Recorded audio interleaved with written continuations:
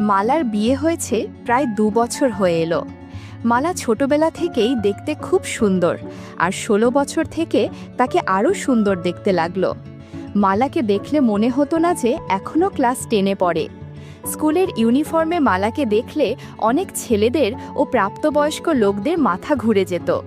স্কুলে যখন মালা খেলাধুলা করত তখন ছেলেরা তার দিকে তাকিয়ে যেন দেখত।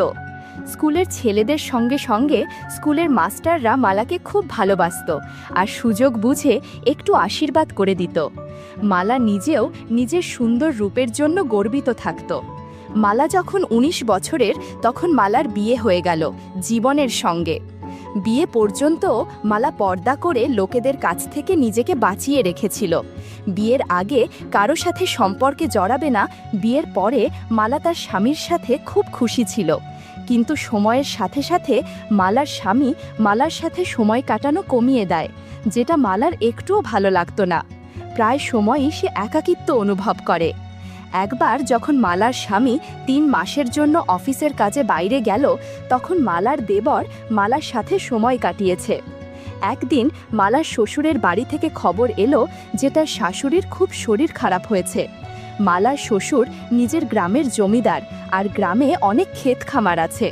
মালার বর রাজেন অফিস ছুটি না পাওয়ার জন্য গ্রামে যেতে পারল না, আর তার দেওর পড়াশোনার জন্য গ্রামে যেতে পারল না, আর তাই মালা একলা গ্রামে শাশুড়ির সেবা করতে চলে গেল। মালা বিয়ের পরে একবার তার শ্বশুরবাড়ি গিয়েছিল, আর তখন তার শ্বশুর শাশুড়ি খুব আদর যত্নও করেছিল, আর মালাও তাদের খুব সেবা করেছিল। মালার সুন্দর মুখ আর তার হাসি খুশি স্বভাবে তারা খুব খুশি ছিল। মালার শাশুড়ি সব সময় মালার গুণগান করতেন, আর মালার শ্বশুর তার রূপে গুণে একেবারে মুগ্ধ। কিন্তু এবার মালার শ্বশুর আর শাশুড়ি মালাকে কম করে 2 মাসের জন্য মালাকে পাঠাতে বললেন। 2 মাস থাকতে হবে শ্বশুর বাড়িতে শুনে মালা চমকে গেল, কেননা 2 মাস স্বামী বা দেবরের সং ছাড়া মালার জন্য বেশ মুশকিল কাজ ছিল। গ্রামের বাড়িতে গেলে কারো সাথে সময় কাটাতে পারবে না ভেবে মালার মাথা খারাপ হয়ে যাচ্ছিল, কিন্তু তার কিছু করবার ছিল না। রাজেন এক রবিবারে সকালবেলা মালাকে একলা ট্রেনে বসিয়ে দিল আর বলে দিল যে গ্রামের স্টেশনে নেমে যেতে। মালা ট্রেনের জন্য আজকে একটা চুড়িদার পায়জামা আর কুর্তা পরেছিল। কুর্তাটা ছোট ছিল আর একটু টাইট বিধায় মালাকে একটু অস্বস্তিতে পড়তে হয়েছিল। ট্রেনের সবাই মালার দিকে তাকিয়েছিল। গ্রামের স্টেশন আসাতে মালা ট্রেন থেকে নেমে দেখল যে তাকে নিতে তার শ্বশুর আর শাশুড়ি এসেছেন। মালা শ্বশুরকে দেখে নিজের ওড়না নিয়ে ঘোমটা দিল। ট্রেন থেকে নেমে মালা তার শাশুড়ির কমলা দেবীর পা ছুঁয়ে প্রণাম করল। শ্বশুর দেখতে পেলেন যে বিয়ের পরে মালা আরও সুন্দর হয়ে গেছে। শাশুড়িকে প্রণাম করে মালা তার শ্বশুর অশোক ব্যানার্জিকে প্রণাম করতে গেল, আর সঙ্গে সঙ্গে তার শ্বশুর তাকে আশীর্বাদ করলেন। মালার শাশুড়ি তার বৌমাকে কাছে পেয়ে খুব খুশি ছিলেন। স্টেশন থেকে বেরিয়ে বাড়ি যাবার জন্য একটা টাঙ্গা করা হলো। প্রথমে কমলা দেবী টাঙ্গাতে উঠলেন, আর তারপরে অশোক বাবু নিজের পুত্রবধূকে টাঙ্গাতে উঠতে বললেন। বাড়িতে পৌঁছিয়ে কমলা দেবী মালার খুব আদর যত্ন করতে লাগলেন। গ্রামে এসে মালার প্রায় 15 দিন হয়ে গেল। শাশুড়ির শরীর ঠিক না থাকাতে মালা বাড়ির যাবতীয় কাজ নিজের হাতে নিয়ে সময় কাটাতে লাগলো। মালা নিজের শ্বশুর আর শাশুড়ির খুব সেবা করে তাদের মন জিতে নিয়েছিল। গ্রামেতে মেয়ে বউরা শাড়ি পরত, আর তাই দেখে মালাও শুধু শাড়ি পরতে লাগলো। এরকম অবস্থায় মালাকে দেখে শ্বশুর খুব আনন্দ পেতেন। মালার শাশুড়ি বিয়ের পর থেকে অশোক বাবুকে ভালোভাবে খুশি করতে পারেনি, যে কারণে অশোক বাবু তার ক্ষেতে কাজ করা সুন্দরী যুবতী মেয়েদের সাথে সময় কাটাতেন। ক্ষেতের মধ্যে একদিন কমলা দেবীর ছোট বোন মনোরমা কমলার থেকে 10 বছরের ছোট ছিল। অশোক বাবু যখন প্রথমবার মনোরমাকে দেখেছিলেন তখন তার বয়স ছিল 17 বছর, আর মনোরমা তখন স্কুলে পড়ত। মনোরমা গরমের ছুটিতে দিদি জামাইবাবুর বাড়িতে বেড়াতে এসেছিল। অশোক বাবু নিজের ক্ষেতের পাম্প ঘরে মনোরমাকে নিয়ে গিয়েছিলেন একটা বিশেষ কাজের জন্য। সেদিনের পর মনোরমা 7 দিন অবধি ভালো করে হাঁটতে পারেনি, আর যখন মনোরমা আবার ঠিকভাবে চলতে পারল তখন মনোরমা শহরে ফিরে গেল। কিন্তু শহরে গিয়ে মনোরমা বেশি দিন থাকতে পারল না। মনোরমা অশোকবাবুর কথা খুব মনে পড়তে থাকে। তাই সে আবার গ্রামে দিদি আর জামাইবাবুর কাছে চলে আসে। গ্রামে আসতে না আসতেই মনোরমা তার জামাইবাবুকে বলল, এইবারে আমি শুধু আপনার জন্য এসেছি। তারপরে অশোকবাবু প্রায় রোজ মনোরমাকে ক্ষেতের পাম্প লগরে বিশেষ কাজের জন্য নিয়ে যেত। এভাবে অনেক দিন চলার পর মনোরমার বিয়ে হয়ে গেলে অশোকবাবু আবার একলা হয়ে গেলেন। কিন্তু যখন অশোকবাবু মালাকে দেখলেন তখন নিজের অতীতের জীবন আবার মনে পড়ে গেল। মালা কখনো কখনো ভাবত যে হয়তো এটা তার মনের ভুল, শ্বশুর তার বাবার মতন। একদিন মালা নিজের কাপড় চোপড় ছাদে মেলে এসেছিল। হঠাৎ খুব কালো কালো মেঘে আকাশটা ছেয়ে গেল, মনে হচ্ছিল যে বৃষ্টি পড়বে। অশোকবাবু বললেন, বৌমা, মনে হচ্ছে বৃষ্টি আসতে পড়ে, আমি ওপর থেকে কাপড়গুলো নামিয়ে আনছি। মালা সঙ্গে সঙ্গে বলল, না না বাবা, আপনি কেন কষ্ট করবেন, আমি এখুনি গিয়ে নিয়ে আসছি। অশোকবাবু বললেন, বৌমা, তুমি সারাদিন এত পরিশ্রম করো, এতে কষ্ট আর কি, আমাকেও কিছু কাজ করতে দাও। এই বলে অশোকবাবু ছাদে চলে গেলেন। ছাদে গিয়ে অশোকবাবু বুঝতে পারলেন যে কেন বৌমা নিজে কাপড় নামাতে চাইছিল। ছাদে গিয়ে দেখে দুটো ছোট পোশাক দড়িতে ঝুলছে। পোশাক দুটো অশোকবাবু পর্যবেক্ষণ করে দেখছিলেন বিশেষ কোনো ঘ্রাণ আছে কিনা। এদিকে শ্বশুরের হাতে এসব দেখে মালা লজ্জা পেয়ে গেল। মালা সঙ্গে সঙ্গে ঘোমটা দিয়ে বলল, বাবা, আমি এই জন্য বলছিলাম যে আমি নিয়ে আসছি, আপনি কেন এত মেহনত করলেন? অশোকবাবু সঙ্গে সঙ্গে বললেন, না না, এতে আর কি মেহনত। মালার পুরো মুখটা লাল হয়ে গেল। অশোকবাবু আবার জিজ্ঞেস করলেন, বৌমা, এতে লজ্জা পাবার কি হলো? গ্রামে তো আর মেয়েরা বা বউরা এসব পরে না। যদি তোমার এগুলো পুরনো হয়ে গিয়ে থাকে তো তুমি তোমার শাশুড়িকে বলে শহর থেকে নিয়ে নিও। আমি যদি শহরে যাই তাহলে আমি নিয়ে আসবো। নাও, এগুলো শুকিয়ে গেছে, রেখে দাও। এই বলে অশোকবাবু হাত বাড়িয়ে মালাকে সেগুলো দিয়ে দিলেন। একদিন কমলা দেবী শহরে কোনো কাজে যাবার ছিল। অশোকবাবু নিজের স্ত্রীকে নিয়ে শহরের দিকে রওনা হলেন। দুজনে সকাল সকাল বাড়ি থেকে স্টেশনের দিকে যেতে লাগলেন। রাস্তাতে অশোকবাবুর এক বন্ধুর সঙ্গে দেখা হয়ে গেল, আর সে নিজের গাড়ি করে শহরে যাচ্ছিল। অশোকবাবুর বলাতে ওনার বন্ধু কমলা দেবীকে গাড়ি করে শহরে নিয়ে গেলেন, আর অশোকবাবু বাড়ি ফিরে এলেন। বাড়িতে এসে দেখলেন যে দরজাটা ভেতর থেকে বন্ধ, আর বাথরুম থেকে জল পড়ার আওয়াজ আসছে। বুঝতে পারলেন যে মালা ভেতরে আছে। মালা জানতো যে তার শ্বশুর আর শাশুড়ি সন্ধেবেলায় ফিরবেন।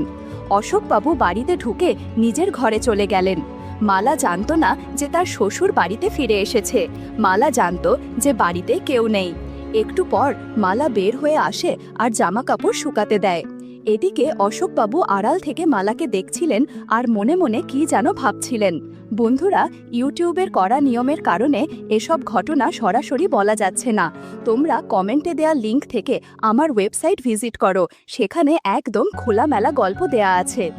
একদিন মালা খেতে যাবার জন্য শাশুড়িকে বলল, মা, আমি ক্ষেত দেখতে চাই, যদি তুমি অনুমতি দাও তো আমি খেতে গিয়ে আমাদের ফসল দেখে আসি, শহরে তো এই সব দেখা যায় না। কমলা দেবী বললেন, আরে বৌমা, তুমি নিজের খেতে যাবে, এতে অনুমতি নেওয়ার কি দরকার? তোমার বাড়ির ক্ষেত, তুমি যখন ইচ্ছে হবে যাবে। আমি এখনই তোমার শ্বশুর মশাইকে বলছি যে তোমাকে ক্ষেত দেখিয়ে আনতে। না না মা, বাবাকে বলতে হবে না, আমি একলাই খেতে চলে যেতে পারবো। আরে তাতে কি হয়েছে, তোমার বাবা কয়েকদিন থেকে খেতে যেতে পারেননি, আজ তুমিও ওনার সঙ্গে ক্ষেত ঘুরে এসো। যাও, তুমি জামা কাপড় বদলে এসো। মালা জামা কাপড় ছাড়তে চলে গেল, আর কমলা দেবী গিয়ে অশোকবাবুকে বললেন, কোথায়, শোন একটু, আজকে তুমি বৌমাকে ক্ষেত দেখিয়ে আনো। বৌমা বলছিল যে একলা খেতে চলে যেতে পারবে, আমি বৌমাকে বলেছি যে তোমার সঙ্গে খেতে যেতে। অশোকবাবু বলল, ঠিক আছে, আমি বৌমাকে খেতে দেখতে নিয়ে যাব। কিন্তু যদি বৌমা একলা চলে যেত তো কি হয়ে যেত? গ্রামে কিসের ভয়? শাশুড়ি বলল, তুমি কি বলছো? বাড়ির বউকে একলা খেতে যেতে বলছো? মালা নিজেকে সামলাতে পারবে না। ততক্ষণে মালা শাড়ি আর ব্লাউজ পরে ঘর থেকে চলে এলো। শাড়ি আর ব্লাউজ পরে মালাকে খুব সুন্দর লাগছিল। মালা বলল, বাবা চলুন, আমি রেডি। এরপর শ্বশুর আর বউ দুজনে ক্ষেত দেখতে বাড়ি থেকে বেরিয়ে পড়ল। মালা আগে আগে যাচ্ছিল আর অশোকবাবু পেছন পেছন হাঁটছিলেন। মালা মাথাতে ঘোমটা দিয়ে নিয়েছিল। অশোকবাবু বৌমার হাঁটা দেখে দেখে অনেক কিছু ভাবছিলেন। মালা ভালো করে জানতো যে তার শ্বশুর মশাই তাকে অন্য চোখে দেখে, আর এখন ওনার দুটো চোখ মালার দিকেই আটকে আছে। গ্রামের রাস্তা আস্তে আস্তে সরু হতে লাগলো, আর বৌমা আর শ্বশুর একটা সরু রাস্তা দিয়ে হাঁটতে লাগলেন। হঠাৎ রাস্তার অন্য দিক থেকে দুটো গাধা মালার সামনে এসে পড়ল। রাস্তা এত সরু ছিল যে গাধাদের সাইড দিয়ে এগোনো যাবে না, তাই মালা ধীরে গাধাদের পেছন পেছন হাঁটতে লাগলো।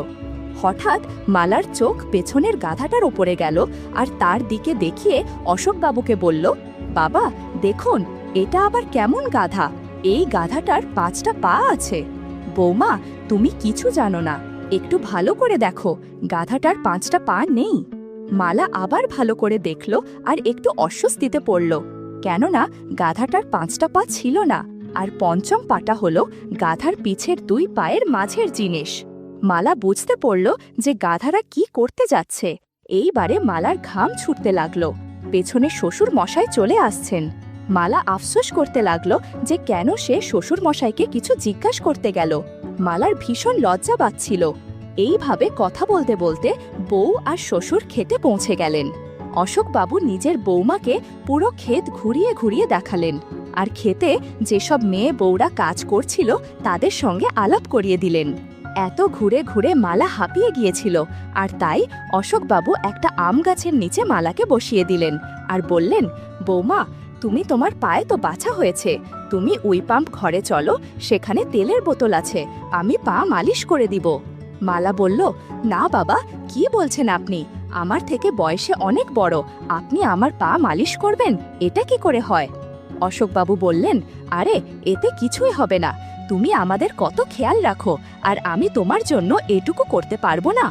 এরপর অশোকবাবু মালাকে ধরে পাম্প ঘরে নিয়ে গেল। এখানে একটা ছোট চৌকি রাখা ছিল। অশোকবাবু মালাকে বসতে বললেন আর মালার পায়ে তেল মালিশ করতে লাগলেন। ধীরে ধীরে পাম্প ঘরের মধ্যে অনেক কিছু পরিবর্তন হতে শুরু করে। ক্ষেতের মধ্যে গ্রামের যেসব মেয়েরা আর বউরা কাজ করত, তারা দেখল পাম্প ঘরের ছোনের বেড়া ভূমিকম্পের মতো কাঁপছে, কেমন যেন শব্দ হচ্ছে। ঘণ্টাখানেক সবকিছু স্বাভাবিক হলো, আর অশোকবাবু মালাকে নিয়ে বেরোলেন। অশোকবাবুর সেবা যত্নে মালা অনেক খুশি হয়েছে। এরপর থেকে মালা প্রায় সময় আমঘরে যাওয়ার বায়না ধরত, আর অশোকবাবু মালাকে নিয়ে পাম্প ঘরে যেত। বন্ধুরা, ইউটিউবের গল্পগুলো শুনে মজা না পেলে আমার ওয়েবসাইটে দেয়া গল্পগুলো শুনতে পারো। সেখানে প্রতিদিন খোলামেলা গল্প আপলোড করা হয়। কমেন্টে ওয়েবসাইটের লিংক দেয়া আছে।